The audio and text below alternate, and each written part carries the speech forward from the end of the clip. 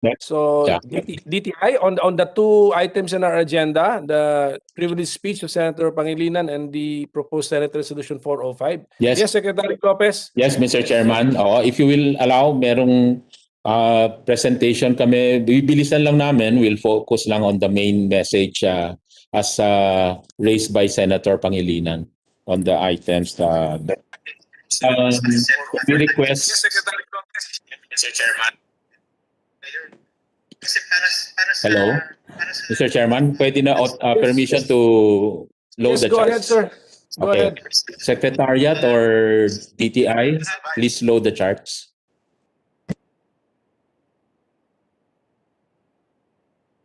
So, Mr. Chair, as requested, allow us to give a short presentation.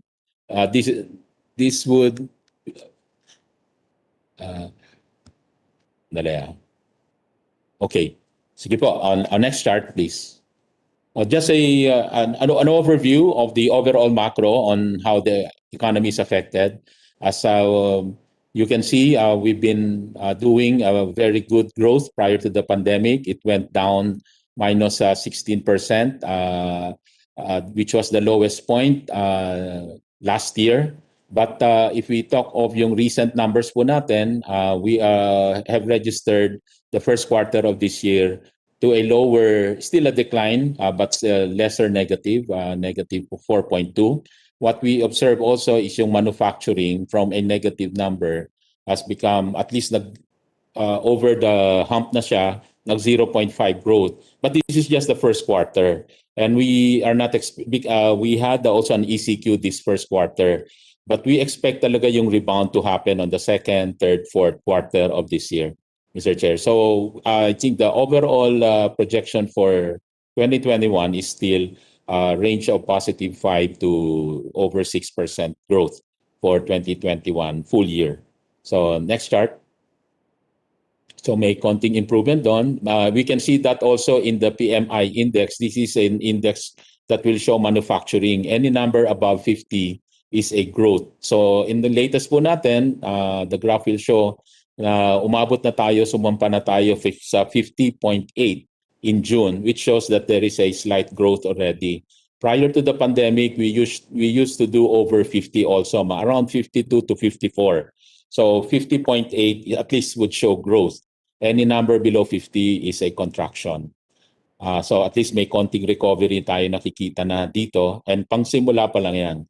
At na-limit lang din yan because nung nagkaroon tayo ng ECQ again nung March and April. Next chart. The same can be seen on the volume of production index. These are from PSA numbers, and at least we've seen also a rebound of 162% pagdating sa volume of production index, pagdating sa value of production index, 154% growth. Next chart. And if we compare naman yung sa overall capacity utilization, in other words, what the typical utilization rate po natin on average of 70% as an industry capacity utilization. We went down to as low as 46% nung start of the year. But this has gone up already to 63.6 yung latest as of April of this year. So kulang pa rin siya sa 70%, but yun naman yung pre-pandemic. So once we are able to reopen more sectors, we can expect also a better utilization rate. What we are seeing, Mr. Chairman, any small effort to reopen, nagtatranslate naman sa recovery ng ating mga indicators. Next chart. In terms of, this is the inflation rate. The latest number came out today or yesterday. So we hit a high of 4.7, nagte-taper down na as food prices have started to go down as well. So 4.1 na yung latest natin shown yesterday or today. No, 4.1% inflation. Next chart. And unemployment rate has also eased to 7.7. If we compare, I remember we did a comparison.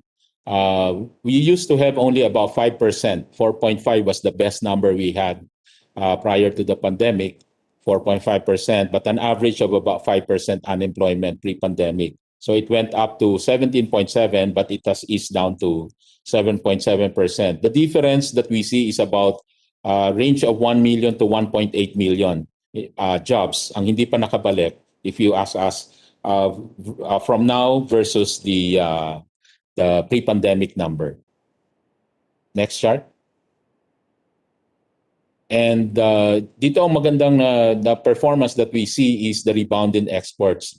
We saw already a huge increase, up 33% in March and up 72.1% in April. So exports has really rebounded. The numbers in April even is higher than pre-pandemic 2019. So itong mga magandang solid growth that we are seeing. It's not only because of a low base in 2020, but even in versus 2019, the numbers of this year are already better.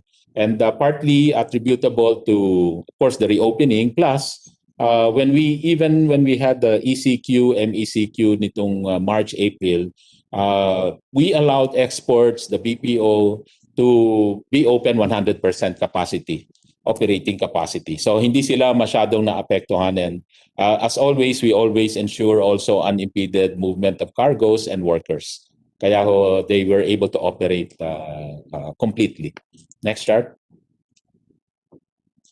Then net foreign direct investment, we saw also a rebound in January, up 42%, and ng March, up higher than 140%, higher by 140%. So sa foreign direct investments, meron na tayong nakikitang mga improvement. Next chart. Ito naman yung impact sa MSME, which is also the question of the committee.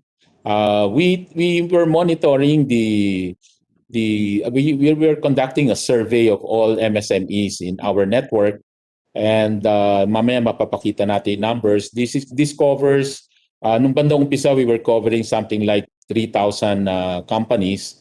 We were able to cover later on, I think, over 15,000 up to 30,000 companies. Well, what this shows also is that at the height of the quarantine last year, ito pong mga red bar, ito yung closed, umakyat up to the 40% of companies ang closed. But this has gone down towards March of this year. As we were reopening, kumukonti na yung nagko-close, nag-35%, nag-34%, and towards the March of this year, 4.3% na lang. But again, nung nag-ECQ, MECQ, umakyat ulit sa 16%, at least hindi na 40%, and then tapering down again to 10%. My last number estimate would be somewhere in the 8% already, yung close dito. But our experience and based on mga anecdotes, some that are close have shifted already their businesses. So they kept their companies closed because those are the businesses that are not thriving under a pandemic. Hindi allowed or not allowed to operate. No? Kaya talagang as entrepreneurs, they look for other sources of income, and therefore they had to operate another business. They pivot, they change their business model, and registered a new one. So kasi in terms of business registration, we continue to experience increase in business registration. Even though yung ating closed numbers dito ay bumababa na, no? But still at 10% or 8% also closed. Next chart. We also were monitoring the sales, the impact on their sales. Yes, may maraming na-experience, of course, a decline in sales from a high of 90% decline last year. Yung latest survey is showing about 53% of them reporting a decline. So from a high of 90% to 53%. Next chart. Okay, so there was also a question, ano yung industries talaga nang maapektuhan in this as we speak right now, because despite the many reopening, there are still industries that are still limited in operating capacity. If you talk of all manufacturing, allowed na siya up to 100%. All manufacturing, all exports, all BPO services allowed. Many services, essential services, are already allowed.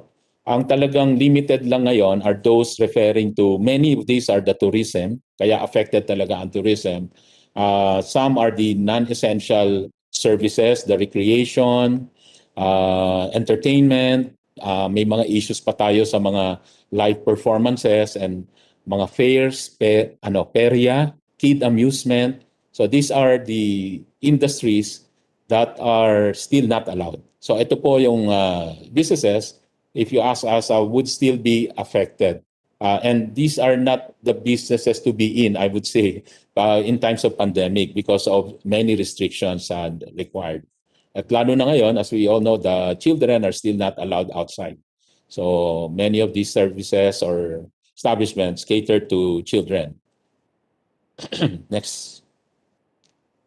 But the some, and ito pa syempre the traditional cockfighting, the casinos, horse racing, and then but some of these, yung mga personal care, outdoor, you will see on the last two columns na na-allow na siya but at very limited numbers, operating capacity. 50% under GCQ, walang headline. GCQ yung second to the last column, and the last column is modified GCQ areas, wherein the percentage operations are higher. Okay, next. And there are other industries, of course, affected because of yung tourism industry, affected ang air transport, which is the last bullet. Affected din yung mga aerospace industry natin. One of our biggest exports are aerospace parts. So affected din yung ating aerospace industry. Some MSMEs in the footwear industry affected. And also, according to the Industry Association of Shipbuilding, they were also affected. 118 shipyards in the country with 30,000 employees affected by the pandemic. Okay, next.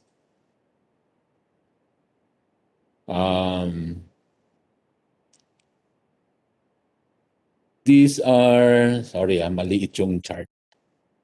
There's an estimate. I think these are the estimates of the jobs that are affected. So the movement of NCR Plus region towards less stringent community quarantine level allows for the gradual recovery and establishment. This reduces the estimated displaced workers to 765,454 workers, a decrease of 45% from MECQ figures. Yan po yung estimate. If you look at all the sectors that are allowed and that are not allowed. So yan po yung lumalabas na mga nabawasan na displaced workers. In other words, marami nang nakakabalik sa employment. That's the reason why even in the earlier number of unemployment, the number went down already to 7.7%.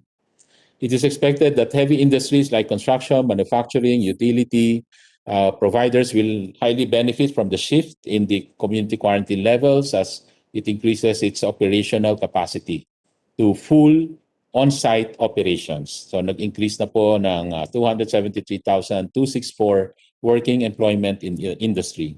Services sector remains to have limited face-to-face interaction in highly restricted community quarantine levels, but the agency anticipates that they will continue operations with the advent of telecommuting, the work from home, the e-commerce, digital transformation, and other forms of employment.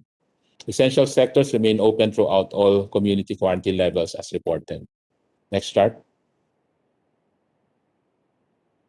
Okay, so I guess similar observation to Mr. Chair. So I can skip this for now and just give a copy of the presentation. What it is basically saying is that as we were reopening, we are able to bring back jobs and basically reduce the unemployment figures. Next chart.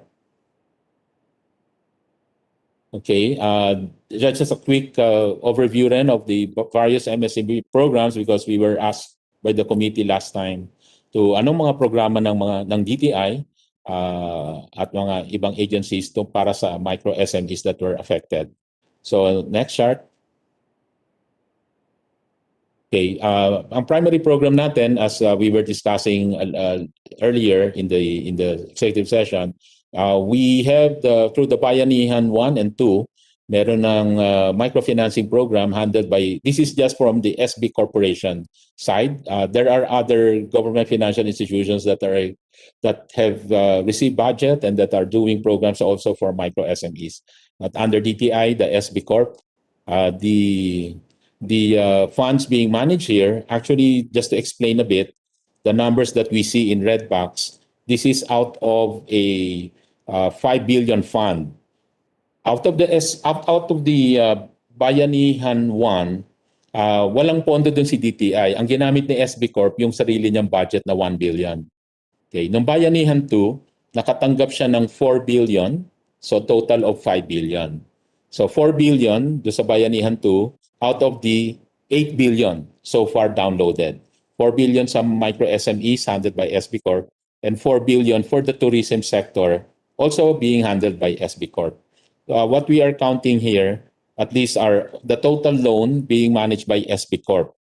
But most of this, if you will see the red box, Mr. Chair, in the middle, 4.79 billion of the 5 billion are already utilized or mga loans approved given to 31,409 borrowers. It's composed of the Bayanihan Cares, that's the main program natin, the 1 billion plus the 5 billion, 4 billion, total of 5 billion budget, 4.566 plus the one given to the heroes or the OFWs, 35 million. So in essence, mga 4.59 or 4.6 billion ang nasa micro SMEs. Yung travel is the one for tourism. So dito tayo nagkakaroon lang ng problema ngayon, yung utilization, because kahit pinopromote ng todo ito, and we've in fact improved the terms for the tourism, longer grace period, a bigger amount allowed for them.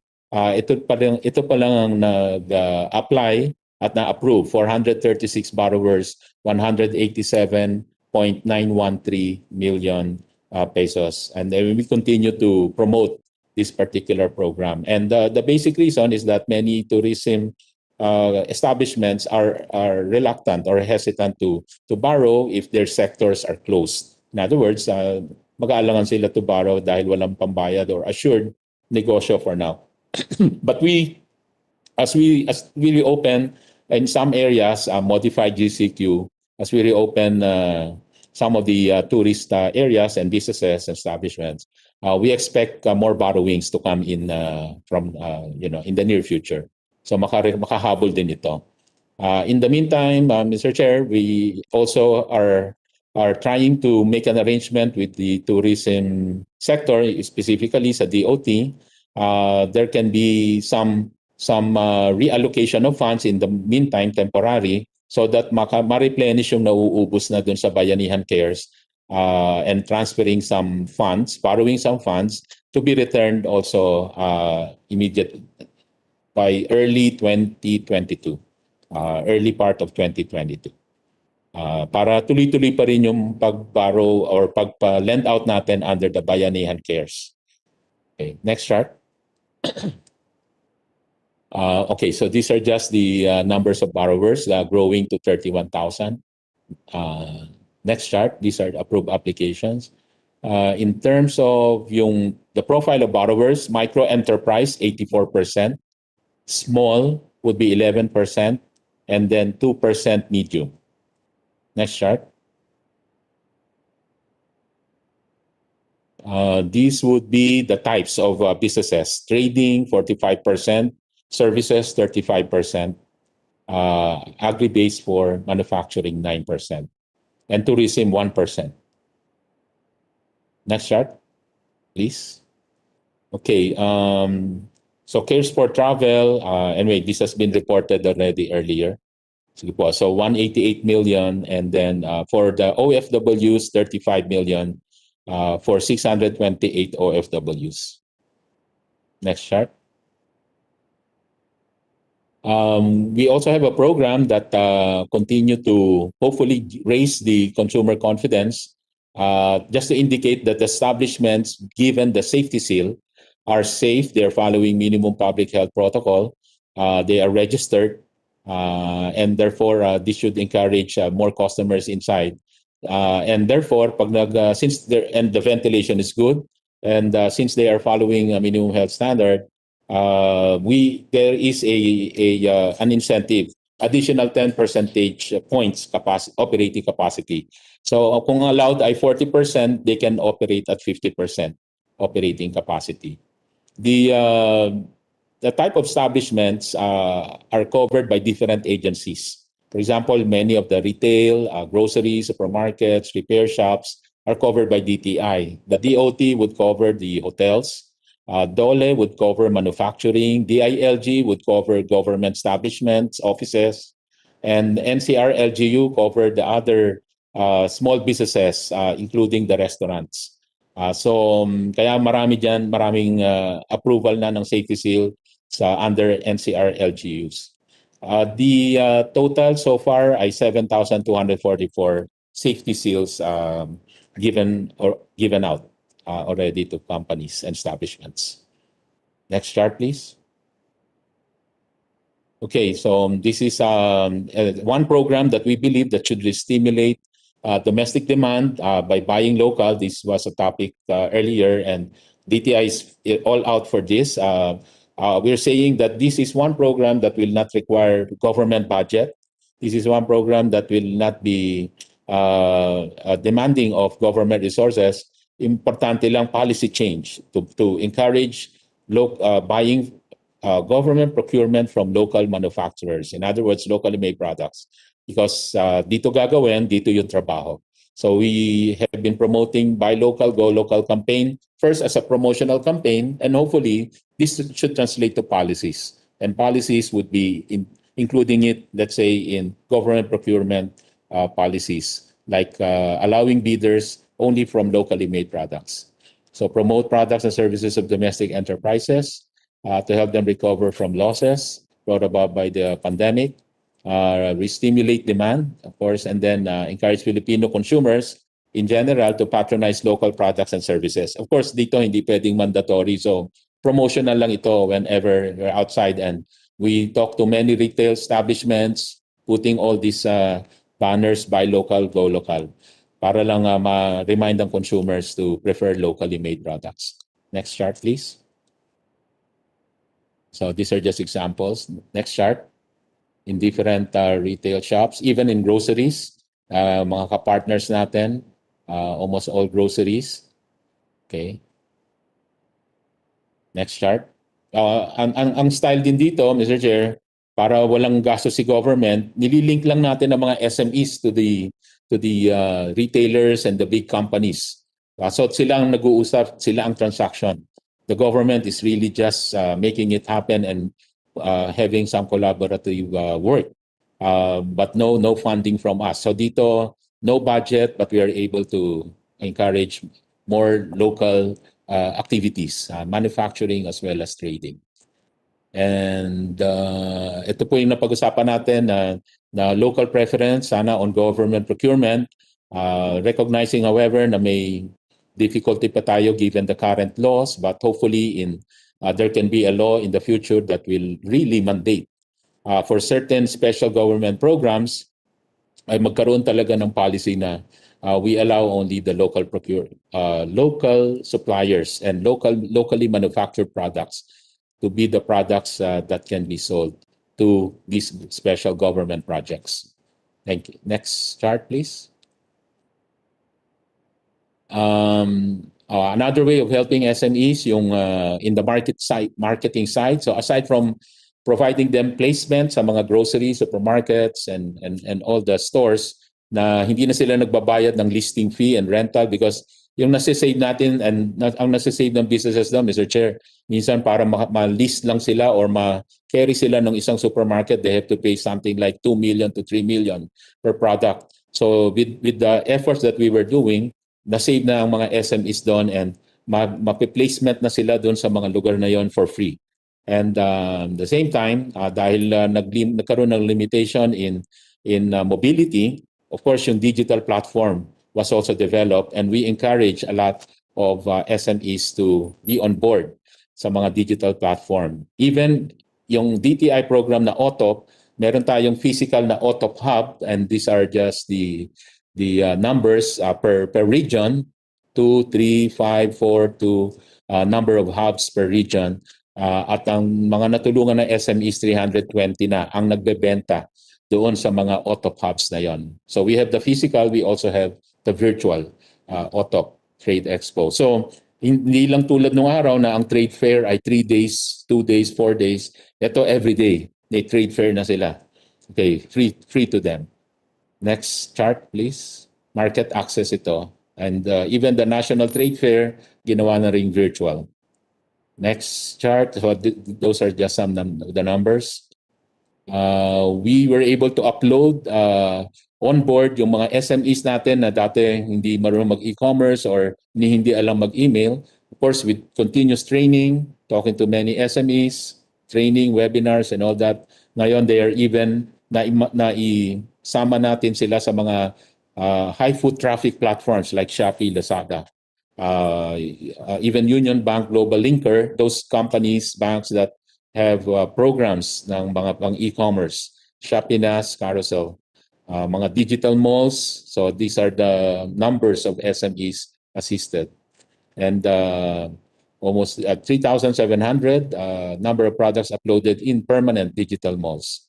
The Shopee, Lazada, Global Linker, Shopee Nas, Carousel. Next chart. Okay, and then other partners, Google, Facebook, and many more. Actually, lahat ng pwedeng partneran natin sa e-commerce, we did it. We're doing it. Next chart. Other e-commerce. So these are just the many seminars, webinars that we're doing. We won't go through each one. Next chart, please. So all these are being provided for free. KMME is our actual seminar program. Naka-program ito from January to December. So Mr. Chair, when mobility was limited, we did the virtual KMME na, no? Online KMME. Used to be physical. And just to, of course, it covers all regions, number of cities and provinces, 101, naka 397 batches, number of participants from 2016, 48,000 total, MSMEs and other companies. Then number of graduates, ito yung talagang pumasok din sa intensive program, hindi lang umattend ng seminar na isang araw, kung hindi, we also have a program na para kang nag-masters in entrepreneurship na libre. So may 8,880 graduates doon. At yung kung mag-graduate dito, na tinutulungan natin sila on the marketing side, on the financing side. Next, so they're interconnected programs. Next chart. Other microfinancing assistance. I'm sorry, PPG is not a financing but grant. Ito po yung mga tinutulungan natin. After mabigyan ng training, we can also give livelihood kits. So ito po yung ating program, naka 23,000 livelihood kits beneficiaries, pero natulungan more than that in terms of training also as well, no? Yung mga attendees sa training. We only have a budget of 200 million pesos here, Mr. Chair. Very limited. So we are as good as the budget given to us, and we are able to maximize it. The disbursed now is 197 million.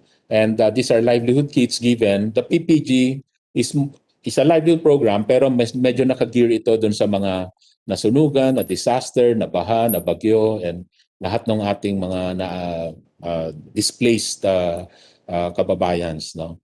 Training and livelihood kits. Next is yung okay, next na tayo. So mataas ang utilization, halos 90+%. And then this is a new program, the negosyo sa barangay. So for 2021, ito na yung mga natulungan. Napahiram ay 37 million, 3,700 barangays at 43,000 MSMEs assisted. In this case, the budget usually would come out mga March, April. So may ano pa tayo, no? Was the rest of the 6 months, we will have to use up the budget here is around 200 million as well. 243 million. So we will have to catch up also on this one. But this is just the budget for this year. So just like the PPG, we are confident that we can easily finish this fund before the end of the year. Next chart, please. Okay, so this is an example. This was done in 2020. We were able to use up also 97.9%. Given 203 million, we were able to use up 198 so far. And those are the numbers of micro SMEs assisted. Again, grants po ito. Ito yung mga 5,000 to 10,000 livelihood level para may paninda yung mga maliliit na negosyante or micro entrepreneurs na walang panghanapbuhay, walang pantinda. Mga paninda to usually or pang-umpisa ng repair shop, whatever negosyo that they can come up with. Kasama na dito yung maliliit, even tindera sa palengke, lahat ng maliliit na livelihood.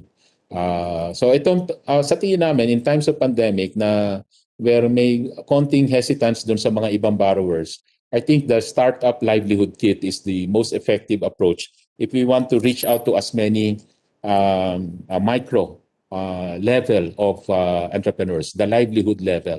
So we can do more if we have more budget in this particular program. Next chart, please. Okay, we have a lot of other programs that would cover yung mga indigenous people, the Bangon Marawi Initiative. Like in Bangon Marawi alone, 50,000 livelihood kits ang napamigay po doon. And we are the agency na mataas yung utilization. Again, close to 99% utilization rate. And that maraming nabigyan na doon sa Bangon Marawi IDPs. From 2020, we have assisted 8,755 beneficiaries sa 618 barangays. Ito po yung mga affected areas affected by local communities armed conflict.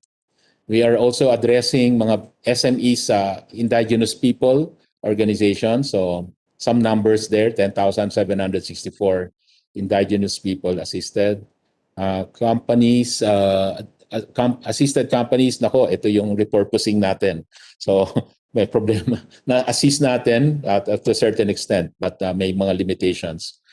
And then we also have the Libreng Mas para sa Masa project. Again, another project of DOH. DTI naman ang namahala sa paghanap ng manufacturers at mga SMEs. Ito po lahat local. 47 million locally manufactured cloth face mask, reusable.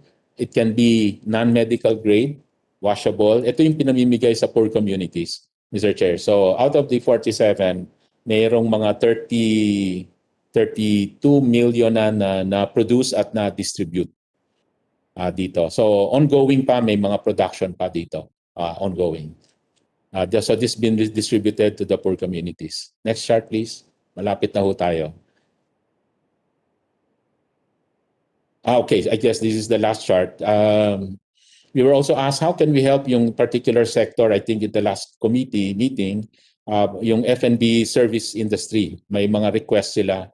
And first of all, what we can tell them is that we can help them. Of course, we are in close coordination with them in terms of the gradual reopening. Every time nagkakaroon ng IATF at pag maganda ang ating COVID cases numbers, in other words, going down, we are able to apply some increases in percentage capacity. We are now looking into their proposal. Pag fully vaccinated ang mga staff, it's a suggestion made by the restaurant group headed by Mr. Eric Teng, and we're saying that we can consider this yung maybe additional percentage capacity, especially kung lahat ng staff dun sa restaurant na yon are fully vaccinated. So it increases also some level of confidence both sa staff and also sa mga customers. At may stickers sa labas na ilalagay dyan, kasama ng safety seal. And then of course more microfinancing. They are in talks with SB Corp so that there can be a special window for the restaurant industry that's also very much affected by the pandemic.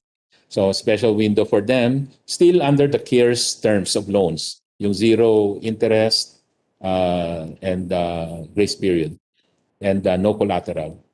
Now, bank loan principal payment moratorium was another request, but will have to be worked out with the Bangko Sentral Pilipinas by having such a policy of regulatory relief so that it can encourage banks to provide some moratorium as to the payment of principals man lang.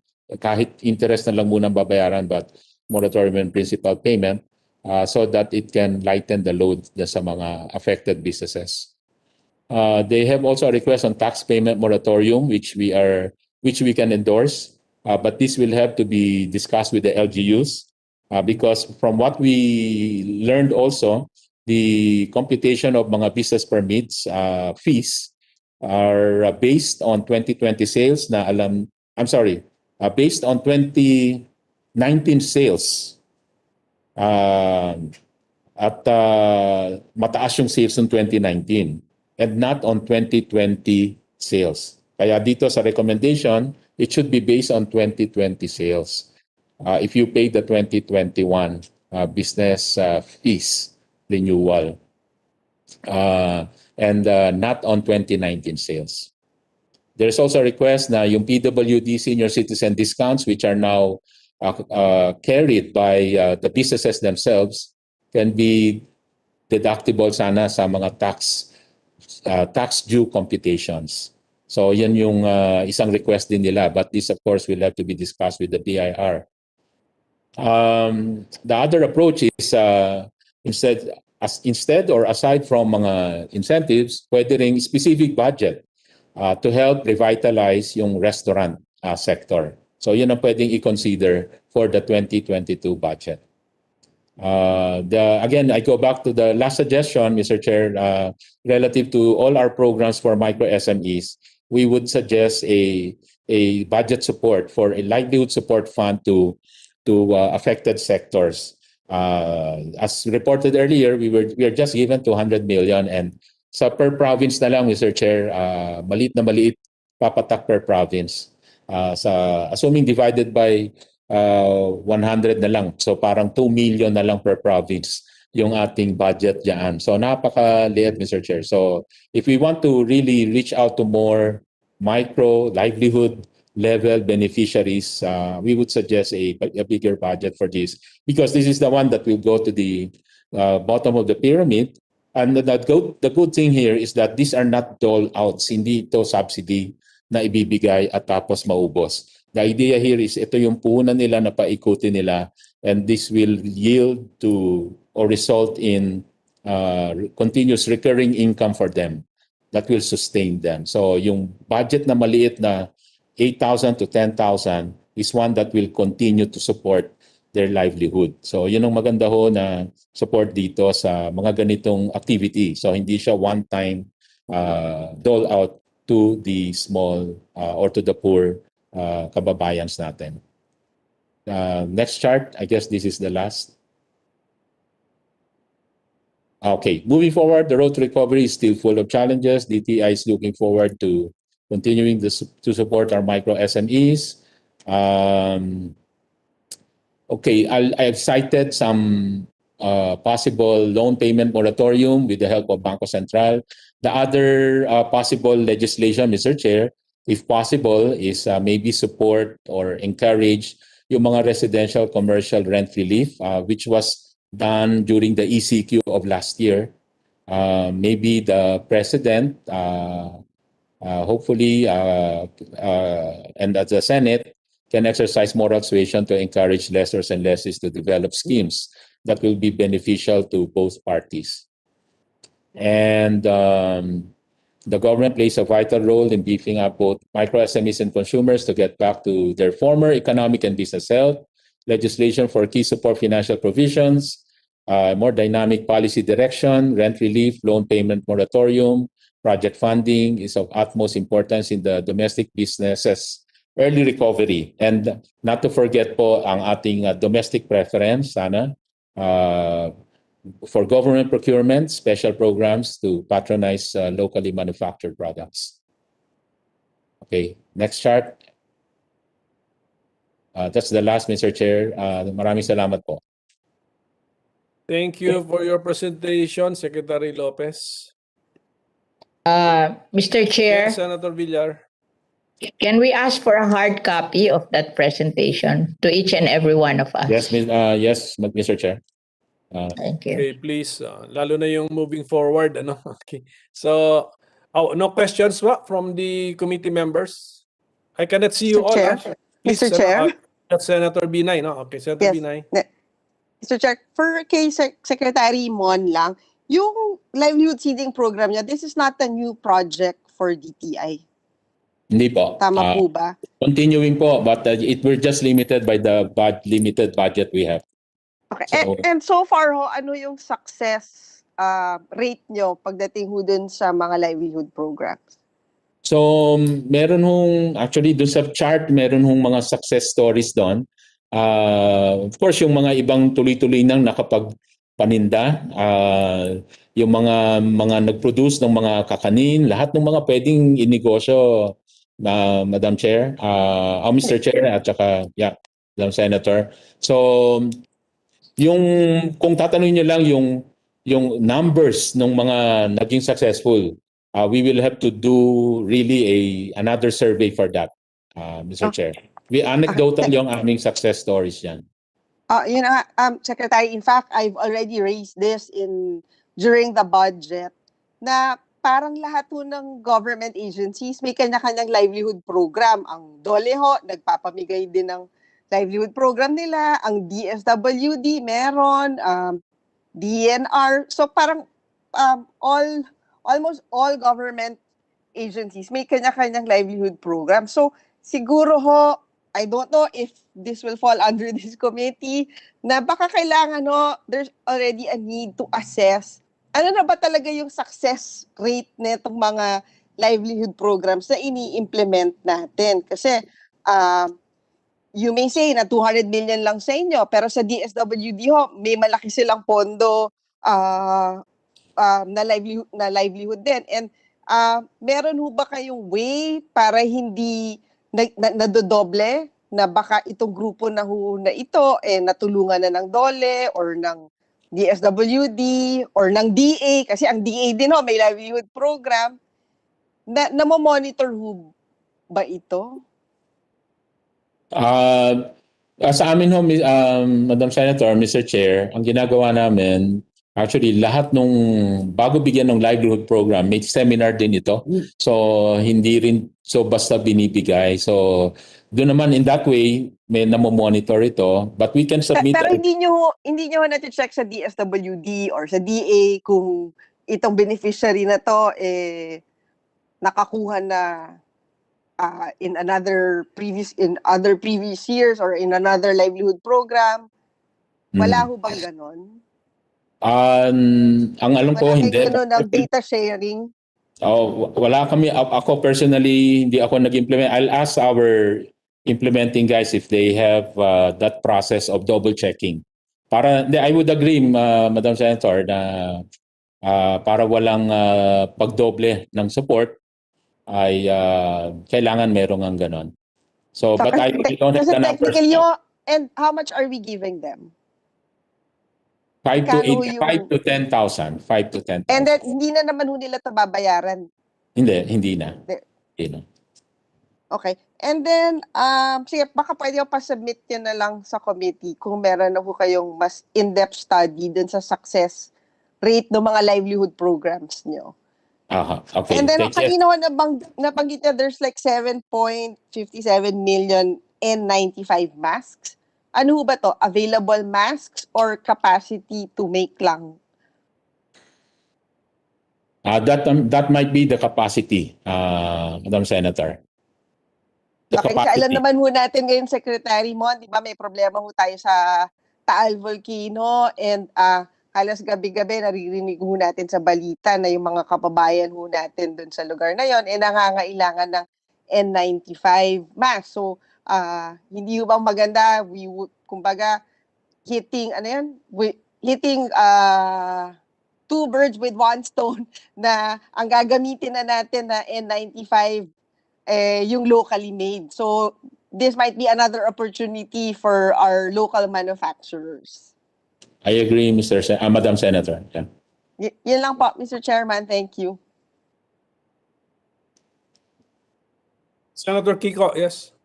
Yes, thank you. Just a few points. Earlier in the previous hearing, Secretary, we discussed the matter of the universe of micro and small, no? And the figures were, of course, varying anywhere between 1 million and 1.5 million micro and small enterprises. No?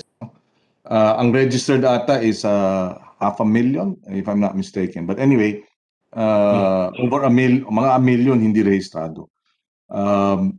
And your data with respect to Bayanihan 2 funds for assistance to micro and small medium enterprises, yung 10 billion, 6 billion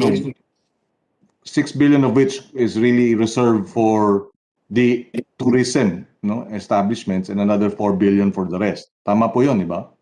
Tama po. Although out of the 6 billion, 4 pa lang ang na-download. Yes. So the universe really, I mean, for 31,000 that you have been able to provide loans, talagang Maliit. sobrang liit, no? Do you have data regarding ilan doon sa 1.5 o 1 million ang would have availed if they had you know, in other words, meron ba tayong data ilan ang nangangailangan ng ganung klaseng suporta and would have availed of the program? May I assume all of them would have availed of the program if the money was available. Is there data in that regard? Mr. Chair, the data probably best would be the number that applied. Siguro maybe we can ask SB Corp, ilan ang nag-apply at Yes. so far yung na-approve 31,000. Yes. So, how many applied? Okay, that would be starting. Yeah. Yung pinaka-overall na number of nag-apply. So I will have to ask SB Corp for the total data. Kasi Mr. Senator, hindi lahat na-approve, as you know. That's right. Understood. Understood. Yeah, tsaka may bogus dyan. Mo alam, di ba? Hindi naman. Bogus, may fraudulent data. Ang problema pa nung iba, may bad history. So hindi na kaagad na papayagan yan. Understood. Or yung requiring higher amount higher than the approved. So yun yung mga hindi kaagad na bibigyan. Maybe I'll ask SB Corp if they have the total number of na nag-apply. Yes. Anyone from SB Corp, Mr. Chair? Ito ata. SB Corp, although it's in my notes, meron akong 28,000 applications from the other MSMEs. 800 applications from tourism enterprises. Does the SB Corp confirm my notes, the figures? President Luna Kakanando, please. Nakamute. 16,000 approved loan applications. Ayan ang nasa notes ko. Yes, ma'am. Mr. Chair, I will give po the statistics, no. Our approval rate is 70%, more or less. So the disapproval rate of 30%, 12% of the 30% is due to negative credit dealings, unresolved credit dealings. 13% naman are loan applicants who want bigger loans, but they did not have their mayor's permit, or nor did they submit to the BIR their financial statements. So, and then the 5%, these are our repeat borrowers who want higher loans, kaya lang po, they have exceeded their loan limit. Our loan limit is based on the sales. It should not be more than 50% of annual sales prior to the pandemic, because that's how we would estimate the debt service capacity of the borrower.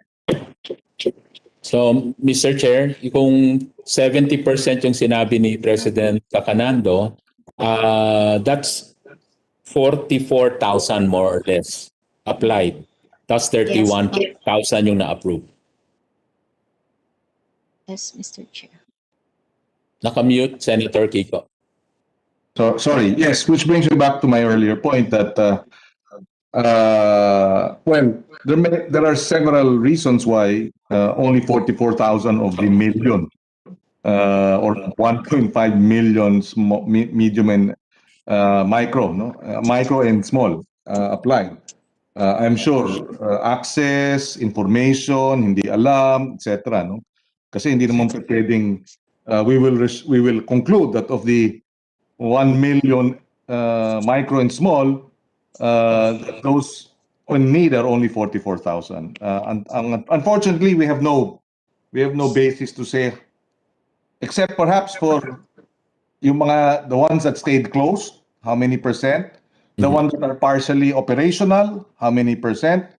You did some figures there, no?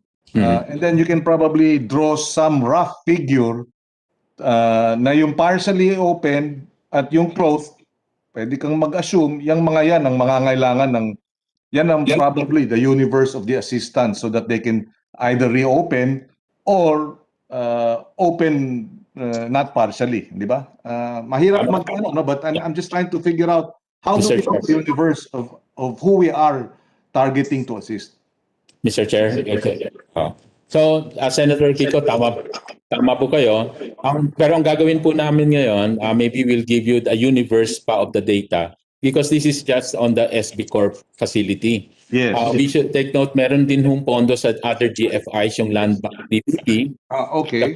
Philippine Guarantee Corporation, na pinapadaan nila sa mga retailers, ibig sabihin mga microfinance institutions, Yeah. cooperatives. So, meron din yung mga number of borrowers doon that I think would be larger than the 44,000. Okay, I don't think you Yung can give that. MFIs. Yeah. I don't think you can give that number now, but can you submit to the committee and request that we Yes, put it all together? No, because Yes, we're Mr. Chair. yes, thank you. So that we have a some figure, no, to work around. I ask this because precisely kung we're just scratching the surface, either the Bayanihan 3 discussions, I don't know, or the Bayanihan 2 extension, I also don't know what's going to happen, or the budget, either whichever. We'd like to continue funding itong support for small, micro and small. No? So we need that data, and we understand that patuloy pa rin ang problema ng micro and small. The other point, Mr. Secretary, is yung issue of yung stringent requirements. Marami ang natu-turn off dahil dito, I understand, this is people's money, this is taxpayers' money, so we do have to be careful with it. But have we looked into how we can probably loosen up the requirements and ensure that it doesn't become a hindrance and a stumbling block to our objective of precisely providing the support ng kinakailangan itong maliliit na naghihingalo? Yes, Mr. Chair, there are already improvements being made. I will ask President Luna to cite examples. I-submit na lang. Okay. Yeah, i-submit na lang, ha? But gusto lang natin malaman at ipinapaabot. No? Hanggat maaari, hanapan ng paraan na mas padaliin pa ang tulong at maiwasan itong bureaucratic red tape. Balikan ko lang yung proposal for a conditional cash transfer for SMS for micro and small. Kasi ang sinasuggest halimbawa ng Philippine Chamber of Commerce is if we can provide cash assistance to the poorest of the poor in terms of the CCT, should we not be able to give cash assistance direct to the poorest of the poor micro enterprises? Itong mga nagpipishball, itong mga, I know you have the livelihood, and that's great, but we're looking really at bigger amounts, larger appropriations para direct cash assistance sa fishball vendor, sa ice cream, etc. Yung barberyang maliit, di ba? Yung mga ganitong mga naghihingalo na. na cash assistance. Maybe initially, Secretary, you might want to give your thoughts. Kasi yung SB Corporation, pera yan eh. Yes, yes. Utang. Utang. Yes. What about direct cash assistance to the micro? Kasi yung micro, yan ang nagbibigay ng hanap buhay sa, Yes. diba? Agree. Marami natin mga kababayan. At it's also a service, no? It provides, diba? So yun ang tinitingnan natin. Tama ho, Mr. Senator. Yun talaga yung, kaya ho yung to our proposal na ang shoot na shoot yan yung livelihood support fund natin na 5 to 10,000. That's really I guess the sweet spot para mas marami rin tayong mabigyan. Kasi kung mas malaki, kung 20 to 50,000, mas makokontihan ng beneficiary. But yung talagang livelihood, yung bang may paninda lang sila for the day, pero everyday na mapapaikot na nila yung pera na yon. And yes, for example, meron akong, yes, for example, very very specific. Meron akong suki taga Batangas. Meron akong farm sa Cavite. So malapit lang ang Nasugbo doon sa Alfonso. So humingi siya ng sa akin, assistance. At binigyan ko ng 20,000 para lang daw siya makaumpisa ulit, 'di ba? Yeah. Yes. Para siya makaumpisa ulit at nakapag-umpisa siya. So mayat-maya pag nandun na ako sa Alfonso, tatawagan ko siya para magbumiyahe siya, sagot ko 'yung etc. And then I buy the fish and yung mga alimango, talaba from her, no? Pero ganun, hindi sa utang. Yes. Inano ko na. Actually, dapat sa DTI hindi talaga utang, di ba? Parang ganun, ibigay na. Tama po. Kaya yun yung You're looking at that livelihood program na dapat pondohan. How much is your budget for that? 200, Mr. Senator, 200 million. Yeah. Yung mga 5,000, 10,000, yan yung mga okay. So you're looking at, and you said that earlier, na That's the poorest of the poor. Opo, yan po yung poorest of the poor micro SMEs. Actually, the SMEs. Yeah. Okay, sige. So we're looking at that, no, in order to add to the support. And then we're waiting for your SB Corp, Land Bank, Field Guarantee data para dun sa overall assistance. Of course, dito sa sabi mo nga na tayo, no, na ang tawag dito, na veto tayo dun sa usapin ng Buy Filipino. So we will have to review how we can revive that so that sa budget for 2022, no. What is your position sa extension, Mr. Secretary? Because meron ka ring pondong hindi na turnover sa inyo, tama po ba yun? Hindi na release sa inyo, na ipit sa DBM, tama po ba yun, for Bayanihan 2? At hindi na turnover sa inyo, tama ba yun? At kaya ngayon kinakailangan ibalik. Ano ba ang doon? Hindi po, yung sa ating from the Bayanihan 2, 8 billion, the exact amount kay President Luna, but around 8 billion of the 10 billion lang ang na-download. So meron pa kaming inaantay na 2 billion kung meron man. But that 8 billion went to the equity naman of the SB Corp. So the fund is still there. And so yung madadali dahil nga na paso na ang download 2 billion. Is 2 billion. And that's not because it was released to you. Not released to us. Yeah. In other words, nasa DBM siya na dapat inilipat sa inyo. Yes. Okay. So yun ang apektado sa buong Bayanihan 2. Yun na lang ang balanse ng DTI. Kasi alam ko mabilis kayong mabilis niyong i-download, no? Mabilis kayo eh. Very professional yung organization niyo. Online na, Mr. Chair, yung online na siya, mabilis talaga yung proseso. As to your question kanina, paano yung improvement ng SB Corp, ginawang online at mabilis na. Automatic approval, basta kompleto yung dokumento. So what is your position dun sa nalalabing 2 billion na dapat para sa programa mo? Do you recommend or suggest or support an extension for us, Mr. Pag extension or Bayanihan 3, ngayon, this year, pwedeng gastusin. Which is kailangan this year. Di ba? Yung tulong. Pero kung budget, 2022, di ba? Next year na yun. Mr. Chair, yung kanina nga, yung sa kinikwento natin na yung sa MSME part, halos used up na, 97-98%. That is where we will need the 2 billion. Yeah. Para hindi na natin galawin yung tourism part. Okay. So you support an extension if it's ano. For the 2 Okay. billion. Yes, Mr. Chair. Okay, thank you, Mr. Chair. I have no other questions sa DTI. Thank you, Senator Pangilinan. Thank you, Secretary Lopez. So, Thank you. I promised the DOTR, no? So, if any lang po, DOTR, is DOTR present and do they want to make a presentation? You can also choose to submit na lang, submit a position paper. You Yes. can also choose to do that. Dito, DOTR, COMSEC, wala naman sa DOTR? Sir, meron po, sir. Meron ba? Do they want to present? Good afternoon, Mr. Chair. Opo, magandang hapon po sa inyong lahat po sa miyembro ng itong komite kasama po ang ating mga resource speakers. Mr. Chair, we can submit po our position paper or presentation if we are no longer required po to present this afternoon. Sige, Senator Pangilinan, okay na siguro yan. For as long as officially submitted to the committee, we can all go over the presentation. Just one quick question. Yes, correct. We actually have.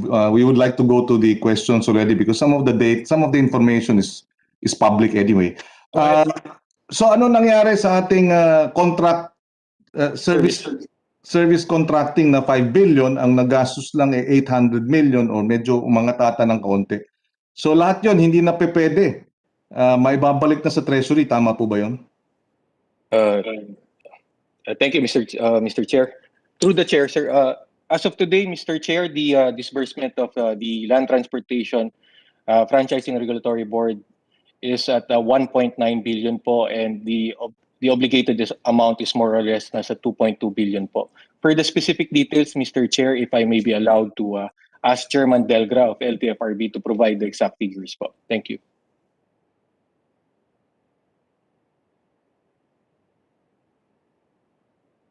Mr. Chair. Chairman Delgra, yes.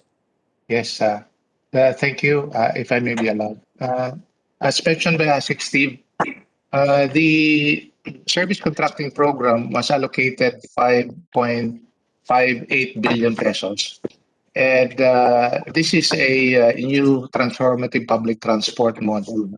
When we first planned this out, we planned it out, so to speak, in a box, meaning we targeted 30,000 drivers for what we call route-based public transport, traditional jeepney, modern jeepney, and buses, so that we'll be able to ensure the highest participation and addressing public demand as well. However, admittedly, it was a slow start because it being disruptive in that sense, because the public transport system in the country is more or less regulatory in character and enforcement. Never did it happen that government came into public transport by providing public funds to it, not until now. And that's the reason why there was a slow start. The figures that were given to the good senator in his privileged speech was actually the amount that were released in the week 17. That would be about 4 months thereabout from the start in end of October. And then we had a big launch in November, just to show that the expectation was lower than what we were targeting even at the start. We had extensive communication plan. We also had communicated and coordinated with the LGUs, particularly in Metro Manila, as well as direct contacts with Transport Group to push the program at the start.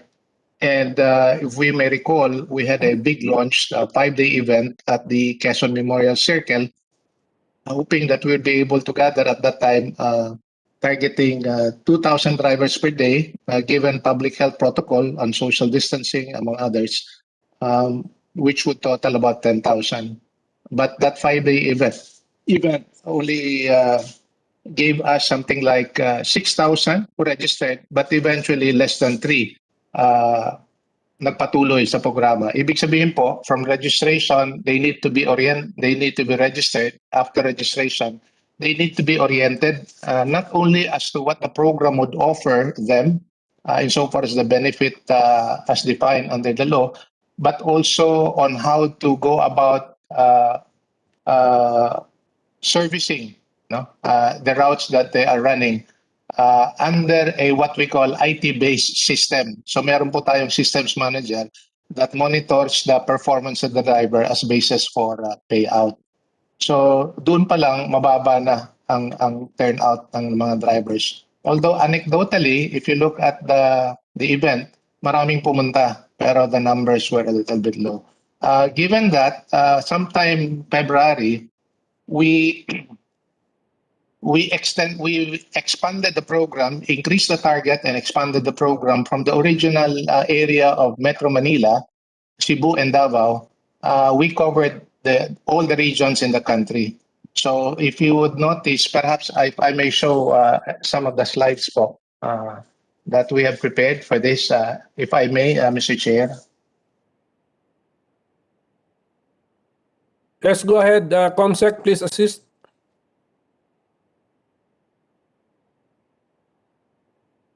Ito po. If you can, I'm sorry.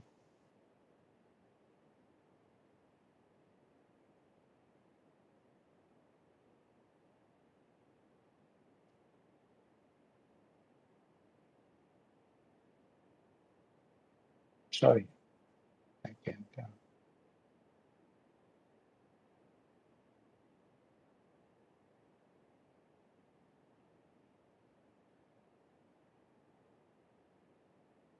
May mga emoji pa doon sa ano.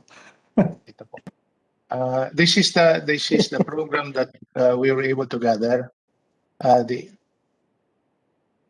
po. Overall, as of June 30, registered drivers were almost 70,000. But those who went through orientation, bumaba po to about close to 60,000. But those who eventually proceeded to submit contracts as a basis for justification in the payment of public funds, which is performance-based subsidy, close to 50,000. So obligated amount, as mentioned by ASIC Steve, is close to 2.2 billion, and total disbursement is 1.9. Pero ang nangyari po rito, Just to clarify, yes po. 1.9 has been disbursed of the 2.1, or 1.9 has been disbursed and 2.1 has been obligated. In other words, ang total. The one. I'm sorry. Yes, Mr. Chair, the 1.9 is part of the 2.1 billion. Okay. Thank you. Go ahead.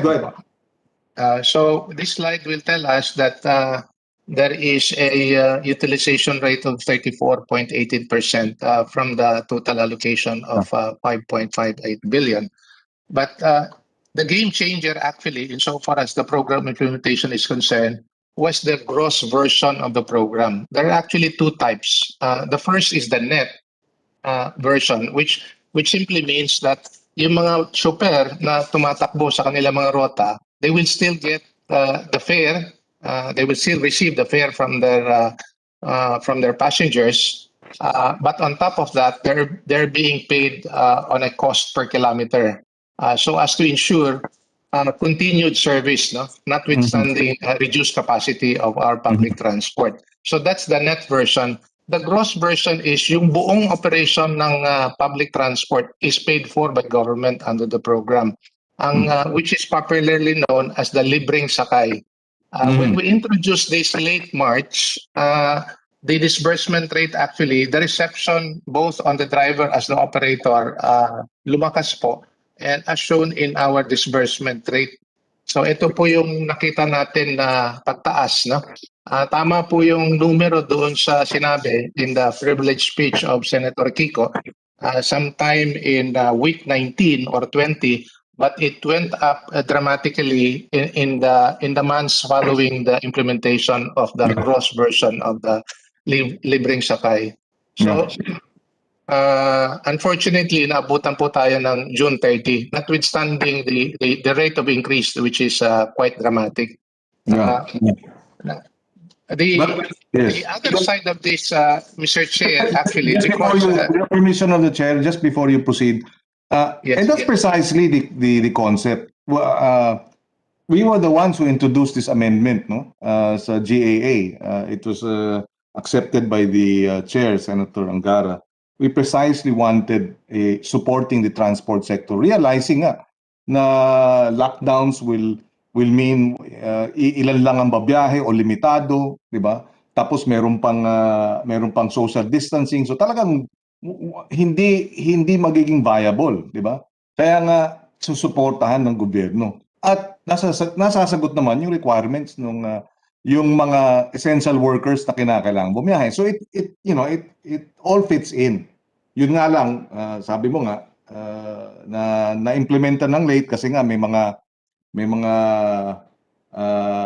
retooling, retweaking, etc. But yeah, and now it's working, or at least until so now we want to know, now that Bayanihan 2 is over, what happens? Go ahead, please continue. Yes, sir. This is the line graph that shows the increase. These are the amounts that we're looking at on a weekly payout basis. So dramatic po yung from week 20 until the end of week 34, ending June 30. No?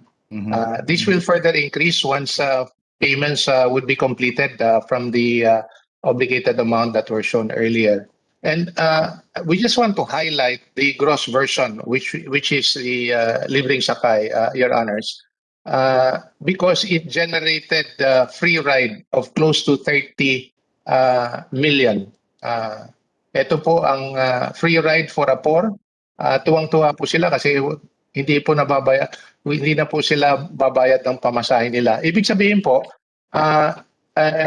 when we started with the gross version March, we doubled the value of the public funding for the program. So hindi po lang natulungan yung mga driver at sa mga operator, may direct benefit din sa mga pasahero kasi nalibre yung pamasahe nila. And that is what we want to point out.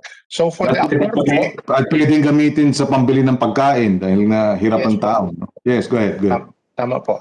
If you would multiply the fare that you would be able to save on a daily basis over a period of a month or so, malaki din ang masisave nila. So ito po, 27.6 million for those poor, and then for those healthcare workers, 2.1. So that's there about mga 30 million ridership that were recorded insofar as the libreng sakay is concerned. Yeah. So yun po sa ngayon, Mr. Chair, insofar as the numbers are concerned. So I assume you are recommending a extension of Bayanihan 2 so that they fund the balance of the 2.1, which is 5.4.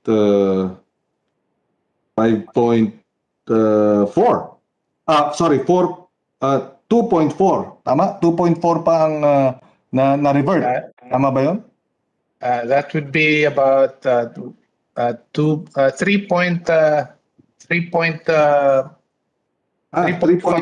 Your Honor.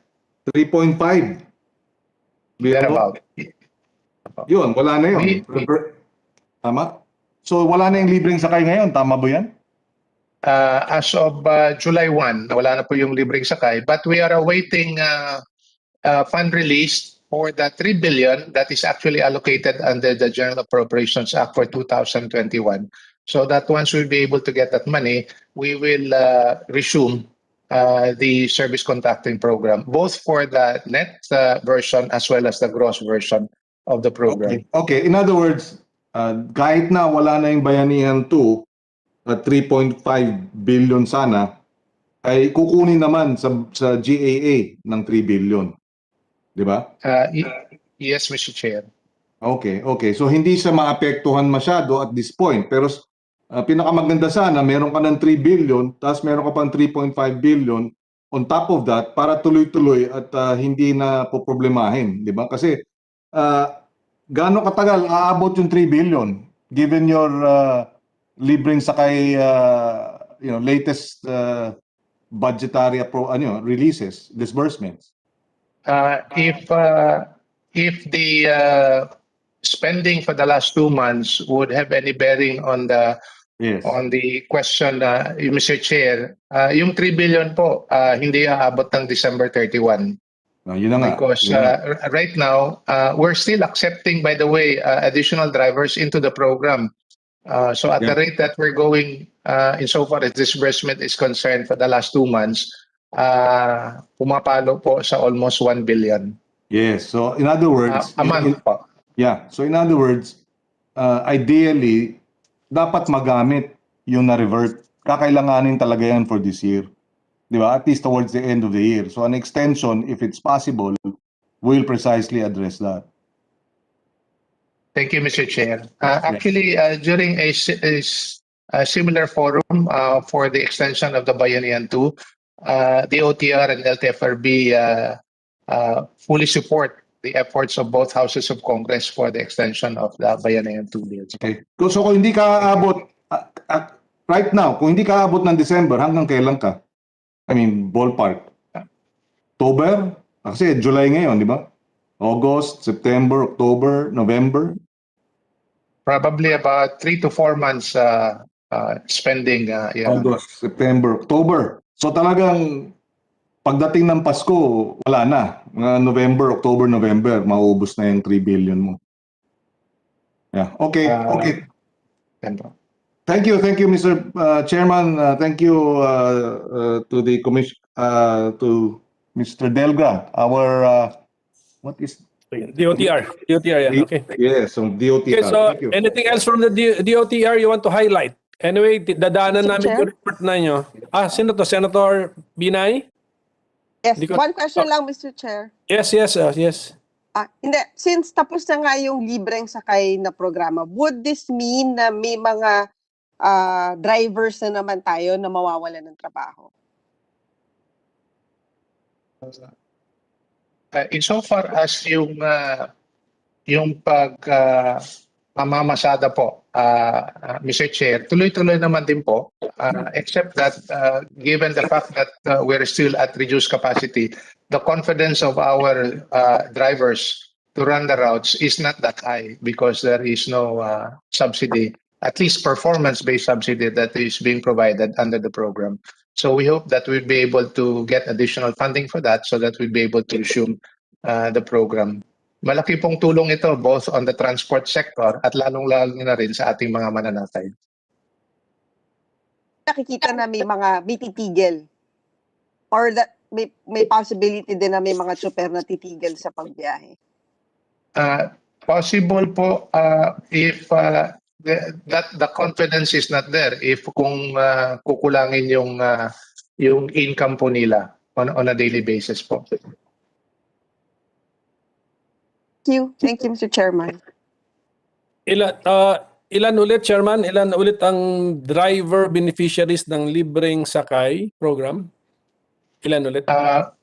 For those who have completed the signing of the contracts po, close to 50,000, 49,000 plus po.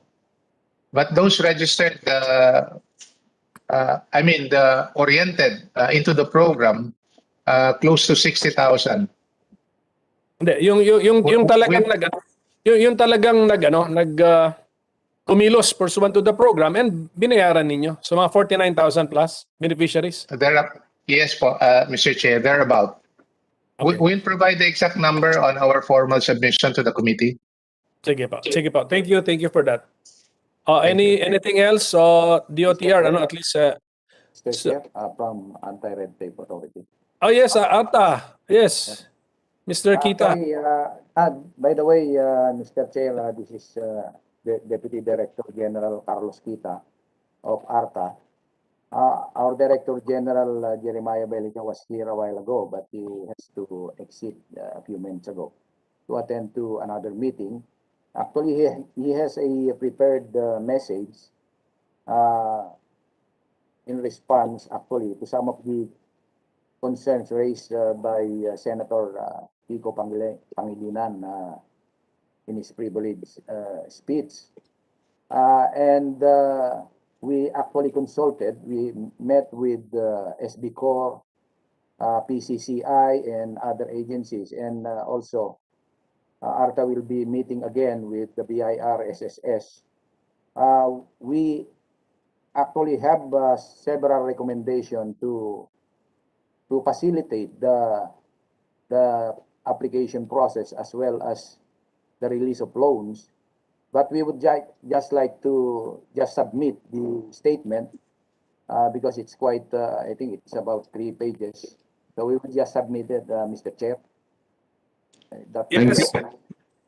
Yes, Deputy Director General Kita.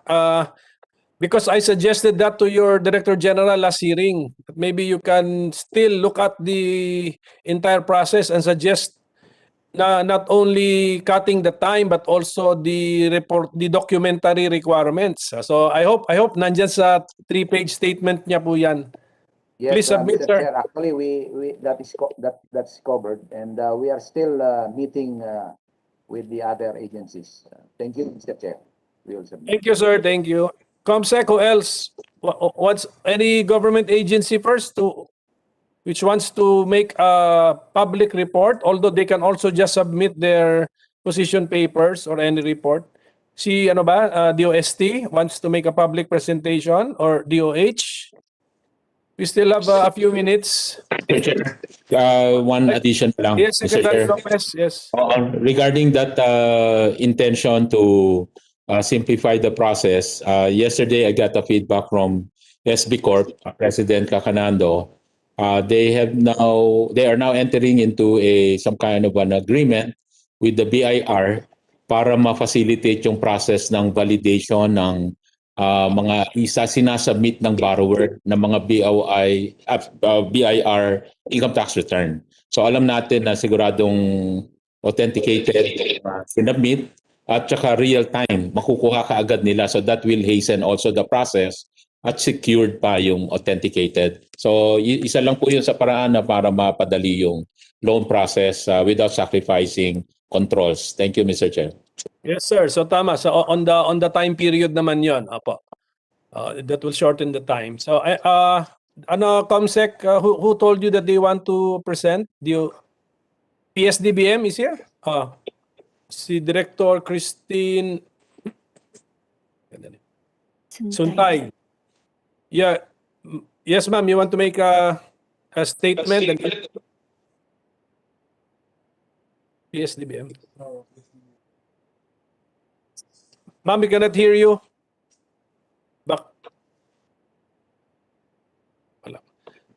Comsec, please assist Director Suntay, maybe sa mic din, sa microphone ng system. Or how about, in the meantime, ma'am, excuse me, you sent me an earlier message, Comsec, DOH and DOS, do they want to Yes, sir. present? They will just submit their statement po. Okay, DOST and DOH. Okay, so we thank DOST, DOH. Is that okay, Senator Pangilinan? Submission of statements na lang daw on DOH and DOST. Okay ka lang? Okay na? We cannot ask them questions. Oh, you want to ask them questions now? Meron question? They can submit. We'll just go through it. No, anyway, my concern really is the DTI primarily. And the easing of the credit requirements, ARTA is going to also give us some inputs. So. Yes. Sige, but Yes, Mr. Chair. yes, that is Director General Kita. Yeah, I just responded that we will comply, Mr. Chair. Yes. You've been very cooperative. Thank you very much. Mr. Chairman, just for the DOH, I hope part of their submission is to explain how we can ensure that the PPEs that we are purchasing, is supportive also of our local industries. They may delegate or they may have outsourced the purchase of the DOH equipment, PPEs, masks, etc. to the DBMPS, but I would like to see as part of their submission, Mr. Chair, what they plan to do to improve their purchases of local products after what the DTI has done to urge our local manufacturers to prepare and ensure that there are retooling of their manufacturing plants and factories to address the needs of the PPEs of our frontliners, among others.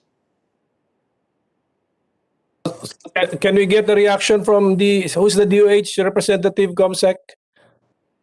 Yeah, because they are familiar with the statement that they have prepared. If is that Dr. subject matter? Camacho, sir.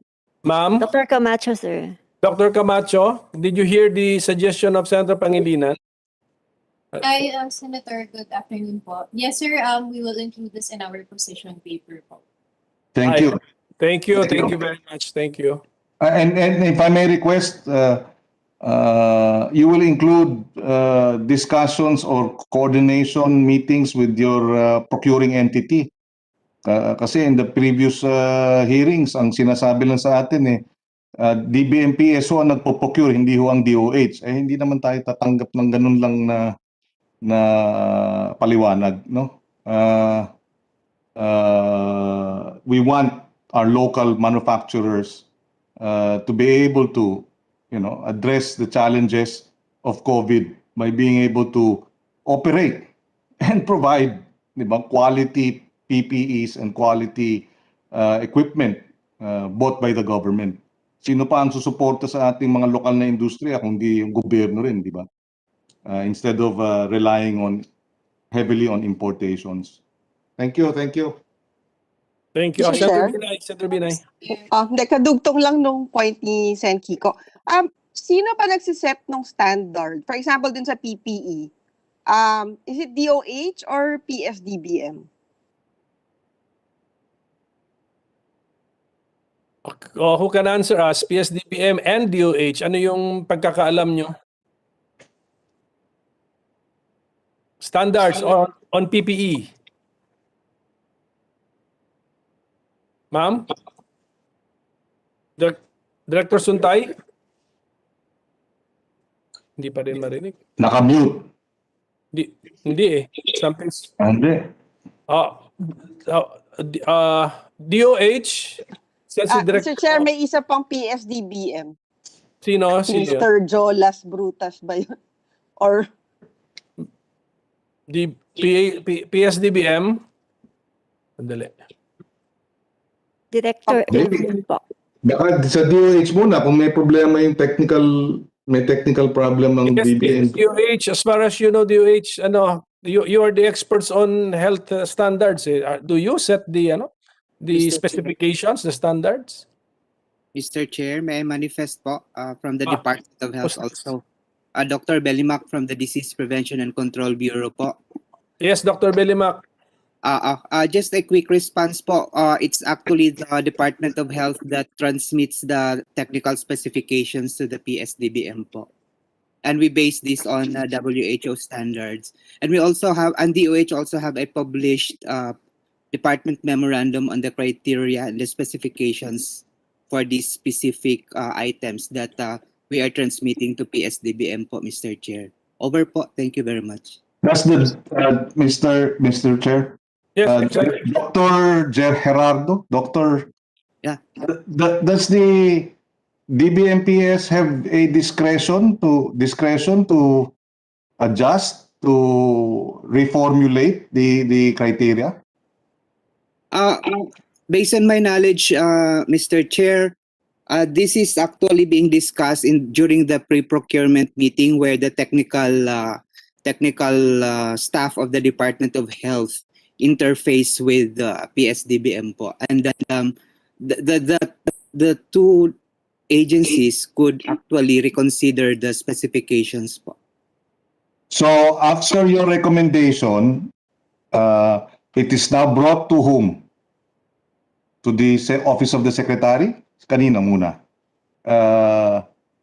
Dr. Bellimac. What is the procedure? You come up with the criteria. Kayo yon, no? This is the That's- criteria. World Health Organization criteria. So, kanino nyo i-forward?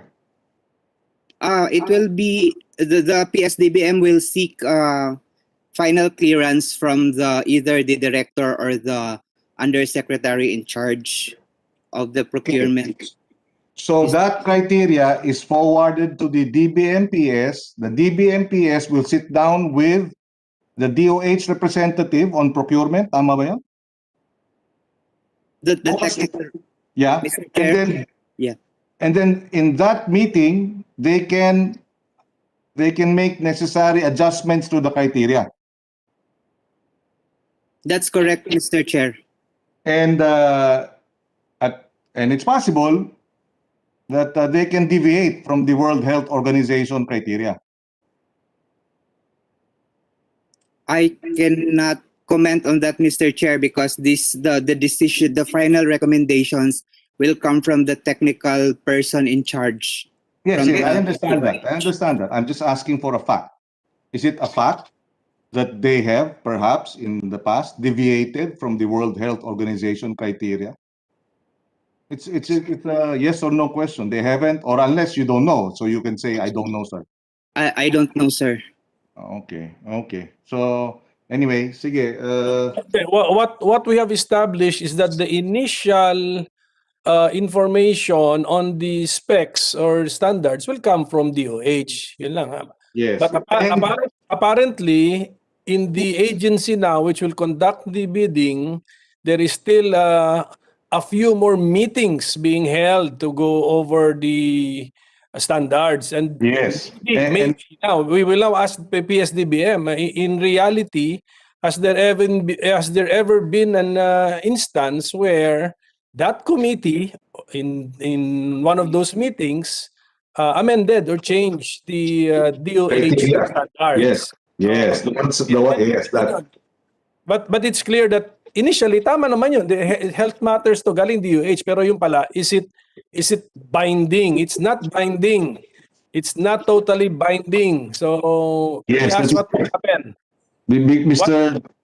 Chairman, Dr. Belima said, Belima? Bilimak, yes, Bilimak. Yeah, said that yes, there is another process of finalizing their Yes. recommendation. Yeah. So what is the extent of the discretion that these people now in this technical group are exercising over the inputs coming from the DOH? Yan yun. Yes. So, And yes, Mr. Senator Chair, Binay.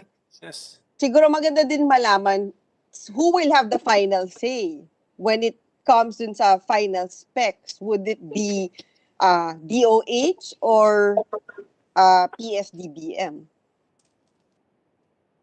Okay, so yan, magagandang questions. But andito na kasi si Director Suntay, kanina pa niya gusto magsalita. If you can now hear her, we will hear her. But andito din daw si Executive Director Ruiz from the GPPB. So to also give us some input. So Ma'am Suntay, ikaw muna ma'am.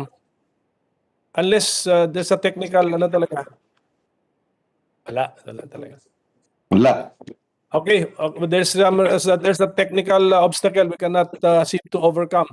Mag-exit muna. Ayusin muna. And then, how about Executive Director Ruiz from the GPPB? Please guide us. Please guide us, sir. Good afternoon, Mr. Chair. I hope you can hear me. Yes. Yes.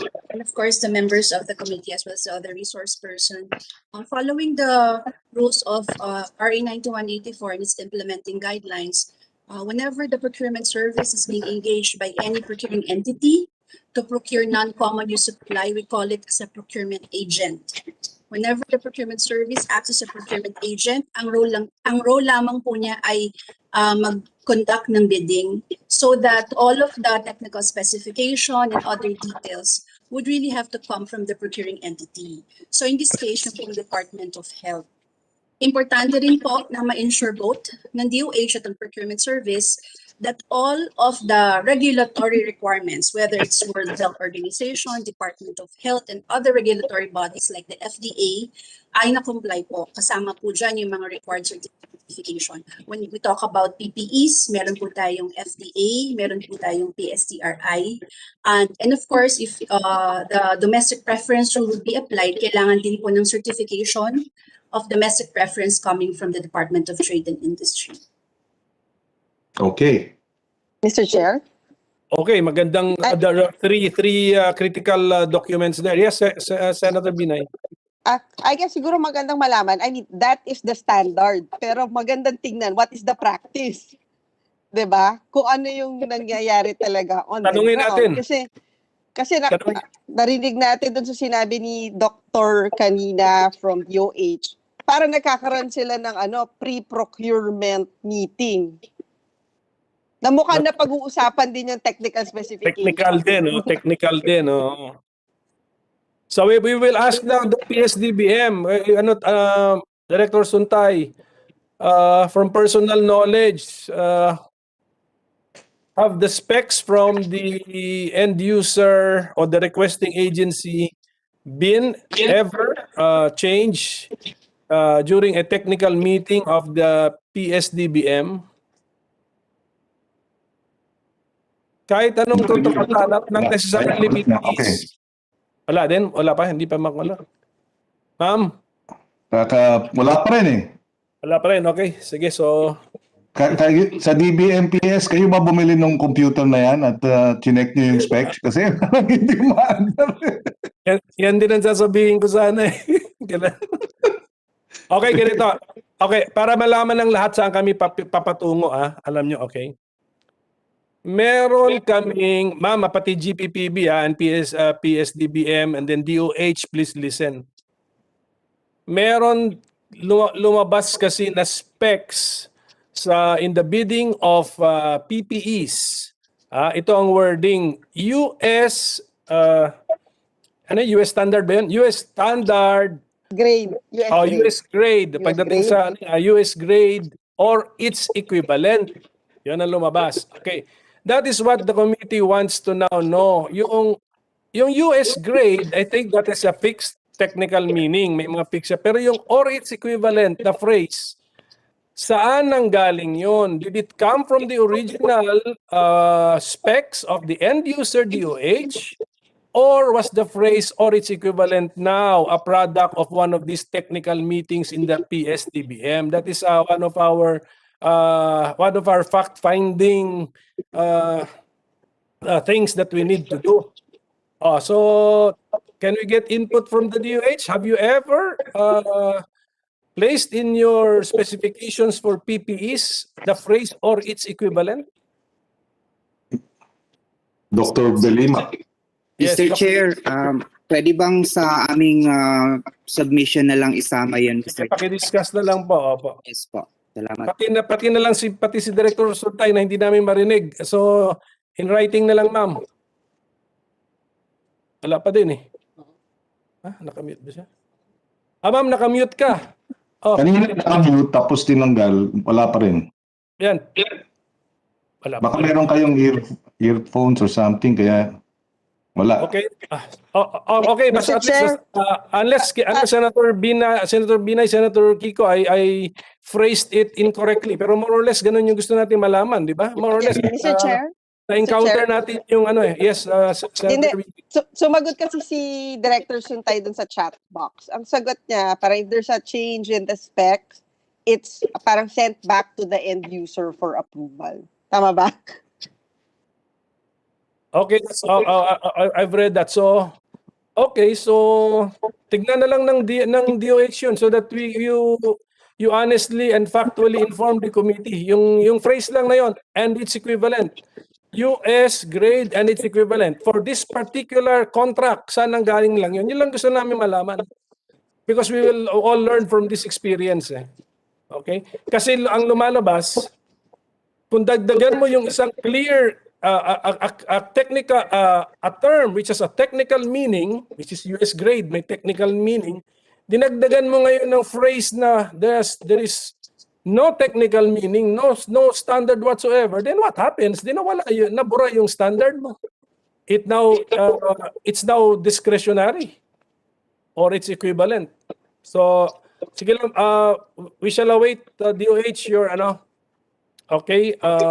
your report lang on that phrase. Yes, Senator Kiko. Yes, if I may add, earlier our TSO executive director mentioned certain requirements before any bid is finally approved and a contract entered into. May we also in the submissions ask the DBMPS as well as the DOH if all the requirements mentioned by the GPPB TSO executive director mentioned earlier were they complied with in the approval of the bids and the awarding of these contracts for specifically for DOH equipment, PPEs, and the like. Ano sa report na lang, Senator Kiko? Yes, Okay. that they explained this in the report. That's for Executive Director Ruiz, no? Okay. No, it's would it be Executive Director Ruiz or the also, no? Yes, also. As well as the procurement agent and the procuring entity. All three. All three, yes. okay. Yes. And Okay, the but to be fair, documents. there's a text message from us for us. The phrase equivalent standard was taken from the November 2020 tech specs for PPEs issued by the WHO. Okay, that's according to Jolas Brutas of PSDBM. So, paki-ano na lang din yan, paki-include na lang din sa position paper or whatever written inputs you want to give the committee. We will have to ask WTO, ano yung sabihin ng equivalent standard na yan because it's not a clear phrase. Okay, so Sir, Mr. Chair. Senator Binay first, yes. Last na lang, kasi di ba narinig natin kanina si Secretary Mon Lopez na pinopromote niya buy local, go local, di ba? And for me, dapat government should set the example dun sa ganitong kampanya. I mean, how would you encourage the private sector when we in government are not doing this? So, I guess ina-address ko yung question sa GPPB. Ano yung nakikita nyo? Kailangan ba ng batas or ano yung kailangan gawin para mas ma-encourage na yung sa procurement natin leaning towards local product? Mr. Chair, if I may reply. May I ask in replying if I'd be allowed to make a short presentation on domestic preference so that we have the similar understanding on how it is being implemented. May I ask Attorney Kathy if you could share the slides? Sige ma'am, please do so that we will be educated. Thank you, Mr. Chair.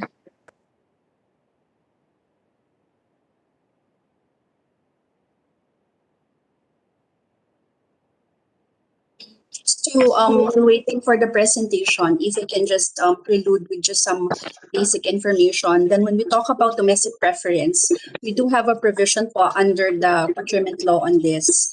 Of course, as a rule, because we have to ensure competition, we need to make it open to all eligible bidders. We cannot favor any specific brand, nor can we favor any source or origin. Particularly if we do have some trade agreements that we have to respect, as well as reciprocity agreements. But nonetheless, we do have under RA 9184 what we call domestic preference rule. Can we go to yes? Can we make it?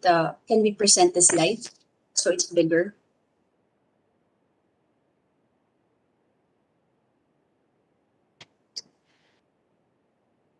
So as I was mentioning earlier, it's under Section 43 of RA 9184. We open government procurement to all eligible bidders. That's under the principle of competition. So that's whether domestic or foreign sources. However, procuring entities may give preference to purchase of domestically produced and manufactured goods. So I want to emphasize that what we are giving preference are domestically produced or locally manufactured goods. Hindi po bidder. Yung titignan po natin goods. Okay, so having said that, when we talk about a foreign bid, we do not look at the entity, but we look at the product. An offer or article with material supplies that are not manufactured or not to be manufactured in the Philippines would be considered a foreign bid. On the other hand, any offer for bidding, whether it is coming from a domestic or foreign bidder, of goods substantially from articles, materials, or supplies grown, produced, or manufactured in the Philippines, as evidenced by the domestic bidder certificate issued by the DTI, is considered a domestic bid. Yan po yung ating piniprefer under our rules. Let's go to the next slide. Now, how do I identify the preference? Dahil po preference siya, kailangan may open bidding at titignan natin kung ano yung lowest na bid. Kung pong foreign ang bid na lowest, ibig sabihin wala siyang domestic preference. Kailangan po makita natin if within the 15% margin provided by the law, yung ating domestic bid. Okay? Kung within the 15% po siya na margin, kailangan pong i-match ng ating domestic bid yung lowest bid. The reason for this again is competition and the concept of lowest calculated responsive bid under RA 9184. Next slide. However, let me emphasize that under the Bayanihan 2 rules issued by the GPPB, we adjusted given the circumstance, given the situation, and in support of the government's go local policy, tinanggal po natin yung matching requirement under the Bayanihan 2 rules issued by the GPPB. Ano pong ibig sabihin nun? Can we go to the next slide? Just for a clearer understanding of domestic preference, given po ang example shown on your screen, kung ang lowest foreign bid po is 2.653, 360, magdadagdag po tayo ng 15%. So that's 3,051,364. Kung yung lowest domestic bid po ay within that amount, so in this case 2.789, pwede pong i-award sa kanya kahit hindi siya ang pinakamura. Ito po yung ginawang adjustment ng GPPB for the Bayanihan 2 domestic preference rule. At the same time, I also want to emphasize, because we know that the DTI has encouraged manufacturers to shift to PPEs, niliberalize po namin yung requirement ng procurement law for single largest completed contract. Kasi nga po dahil bago sila, wala pa silang natapos na kontrata na isushow natin sa gobyerno. Tinanggal po natin yung requirement na yun kapag ang bidder ay makiklaim ng domestic preference para po mas matulungan natin sila kapag sila sasali sa ating government procurement. So next slide. The next slide will just show you the other example. So in this case po, kung yung lowest domestic bid is more than the 15% margin provided in the law, hindi po siya ma-awardan dahil nag-exceed na po siya dun sa margin. And next slide, kung halimbawa po na pareho pong domestic bid, pareho pong local, pero wala ho siyang certification, hindi po natin siya i-apply. I-award pa rin po natin siya dun sa lowest calculated responsive bid. Kasi kailangan ho ma-certify ng DTI na substantially grown, manufactured siya sa Philippines. Yun po ang requirement ng ating batas. Next slide.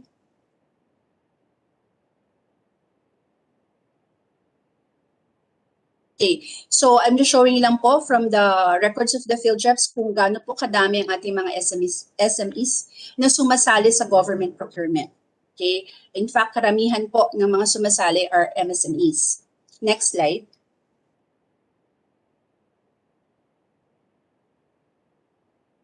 Okay. Now, what we did po when the Bayanihan 2 was enacted, we coordinated po with FDA. Bakit po FDA? Kasi po siya po yung nag-i-issue ng mga clearances or certification sa lahat ng bagay na ginagamit natin, particularly kapag may mga health and safety. Nabanggit ko rin po kanina ang PSTRI kasi po yung PPE dahil garment po siya, fabric po siya, kailangan pong ma-certify yan na within the medical grade na level po siya. So nalaman po namin during the coordination meeting together also with the DOH and the procurement service na konti pa lang po ang nagsucertify ng domestic, nasa-certify ng DTI ang domestic preference, kaya minabuti namin to conduct po a webinar on this to encourage local manufacturers to register and for them to be aware of the processes involved, whether it's from FDA, from DTI, or from PSTRI. Next slide. We also supplemented this with another webinar this year po. So we have this regular training po for MSMEs. Based po on the data of the DTI on domestic preference, so far po, we only have 101 goods covered ng domestic preference as of 2021, June 11, 2021. Okay? If you want to know the details, that is shown in the next slide. So if you see in the next slide, noong 2019, mga 16 lang po ang na-certify. Tumaas po siya noong 2020 after our coordination and webinar at meron na po rin tayong additional 31 certifications ngayong taon na to. For PPE, meron po tayong 10 total. For face mask, meron po tayong 30 total with registered certification from the DTI. Next slide. And the GPPB-TSO has been continually conducting trainings and webinars since April of 2020. Meron na po tayo na conduct na